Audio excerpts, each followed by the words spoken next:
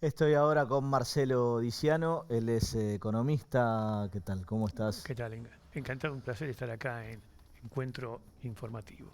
Bueno, muchas gracias. ¿Qué tan difícil va? Siempre escuchamos, ¿no?, que la economía está basada o la estabilidad está basada en la confianza. ¿Qué tan difícil es recuperarla para poder ponerle un freno a la inflación? Ya escuchamos algunas de las medidas que contaba el invitado anterior, algunas de las medidas. Sí. ¿Sirve eso? ¿Alcanza? ¿No alcanza? ¿No cambia nada?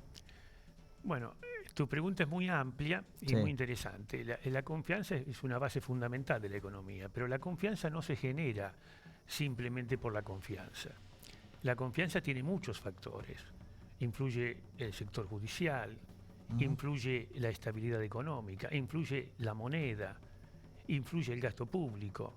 Bueno, influyen muchas cosas para generar confianza. Si nosotros miramos los países vecinos nuestros, por ejemplo, Uruguay, Brasil, Chile, Paraguay, Ujú. ellos tienen confianza y no tienen dólares. Sí, No está dolarizada su economía. Sin embargo, esos países funcionan bien. sí. Entonces, la confianza es primordial en la economía, porque hay un componente psicológico que, obvio, si yo tengo miedo, lo que voy a hacer es tratar de correr. En economía, correr, ¿qué significa? Escondo la plata. Ujú. Si yo hago eso, la economía no funciona. La economía tiene que funcionar. Para que funcione, hay que consumir. Si Sí. yo no consumo, se paraliza la economía. Ujú. Eh, Respecto de la medida de masa, y bueno, la economía tiene que ocuparse de todos los sectores. Sí.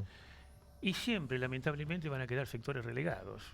Por ejemplo, jubilados, trabajadores, monotributistas. Estas medidas trabajó sobre ese sector. Sí. Le ha dado dinero a ese sector, le ha dado créditos blandos. Créditos blandos, ¿qué significa? A una muy baja tasa de interés y a mucho tiempo a devolverlo, 24 meses, 36 meses, 48 meses. Ujú. Eso ayuda muchísimo a reactivar la economía. Sí. Porque pensemos, ¿en qué puede gastar la plata una persona que ahora va a cobrar 37.000 pesos más? Y la va a gastar en consumo interno. Sí, en No, comprar comida y principalmente. lógico, entonces eso reactiva la economía. Lo Ujú. mismo si subimos el monto mínimo no imponible de impuesto a las ganancias. Por eso yo le Ujú. hablaba de todos los sectores. Sí. Ese sector que ahora no va a pagar ese impuesto, Ujú. ese dinero ¿dónde va a ir?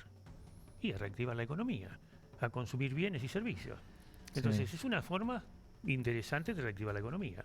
Ujú. No es única ni es tampoco la... Mucho se habló en estos días de que, bueno, de que el impuesto a la ganancia en muchos otros países funciona. También escuché versiones de que en realidad no es en otros países no es impuesto a la ganancia, sino que en realidad es impuesto al ingreso, que como nombre me parece técnicamente más correcto, porque por lo menos yo también soy de la opinión de que el salario no es ganancia y que en definitiva lo mismo sucede con muchos autónomos. Una cosa es tener un determinado ingreso. Digo, yo soy abogado, no es lo mismo cobrar un honorario por eh, determinados trabajos que son, si se quiere, los del día a día o con los que uno paga los gastos del mes, que cuando uno efectivamente cobra un honorario grande y de alguna manera podríamos considerarlo una ganancia, ¿no?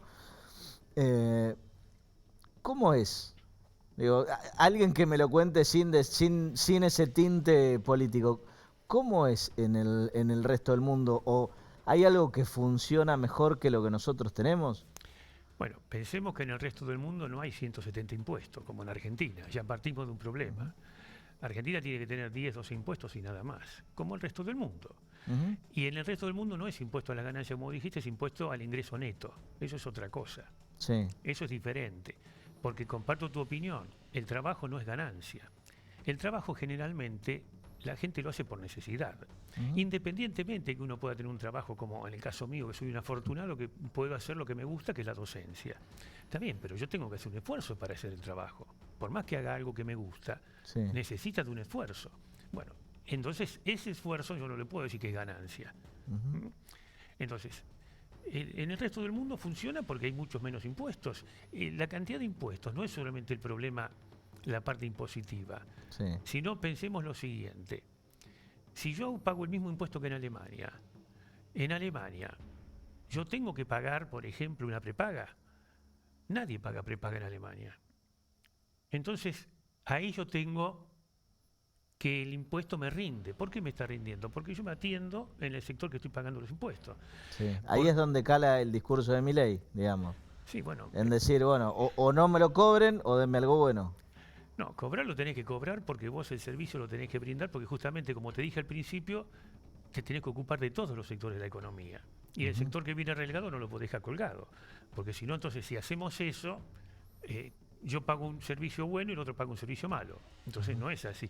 Esto ya se quiso hacer en la década del 90 y fracasó cuando se quiso hacer también en un sistema de educación donde se había propuesto que haya esos métodos que se habían puesto, Fundaciones Sofía y todo eso, que donde se le pagaba a las escuelas, las empresas, le pagaban el mantenimiento de la escuela. ¿Qué van a hacer las empresas? ¿Dónde le van a pagar? ¿A una escuela donde tiene gran poder adquisitivo y donde puede consumir mucho, o a una escuela donde no tiene poder adquisitivo y no va a poder consumir? Sí, claro. Bueno, entonces estirás las diferencias. entonces digamos, cada vez son más grandes las diferencias, no son más chicas. Tenemos que achicar las diferencias, porque justamente ese es el sentido, que todos tengamos las mismas posibilidades y las mismas oportunidades. Ese es el objetivo. Desde tu punto de vista, ¿es posible el plan de dolarización de Milei? Porque hemos escuchado de que lo pueden hacer en 9 meses, después gente de su propio equipo que hasta ha dicho que no lo pueden hacer ni siquiera en un mandato entero, y bueno, y todos los demás que dicen que... Mira, que yo no. te lo voy a resumir muy simple. Sí, Dejando de lado inclusive la Constitución Nacional que no lo permite. Bueno, vos sos abogado, lo sabés sí, perfectamente. sí, sí, Pero es dejando de lado tal ese cual lo planteó bueno, por Rosati, eso. no podemos no tener moneda Bueno, nacional. pero dejando de lado ese tema, no hay dólares para hacer esa dolarización que dice él.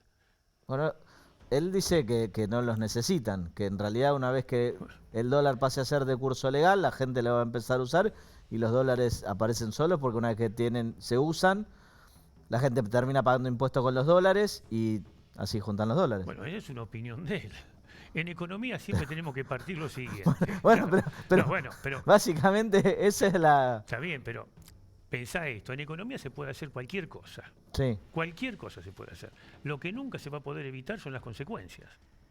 O sea, yo sí quiero dolarizar todo. Ahora, la pregunta del millón es, ¿cómo los países vecinos nuestros, sí, y no me estoy yendo a Europa ni nada por el estilo, estoy yendo acá, los países vecinos nuestros, tienen una economía con sus monedas nacionales y sí, funcionan bien? sí. Entonces, ¿por qué nosotros no lo podemos hacer? No sé, no entiendo por qué motivo no lo podemos hacer. Sí que lo podemos hacer. ¿Cómo la década del 80 a 1914 la economía funcionó bien en Argentina? Y la moneda era súper fuerte. Entonces, se puede hacer. No preciso dolarizar nada.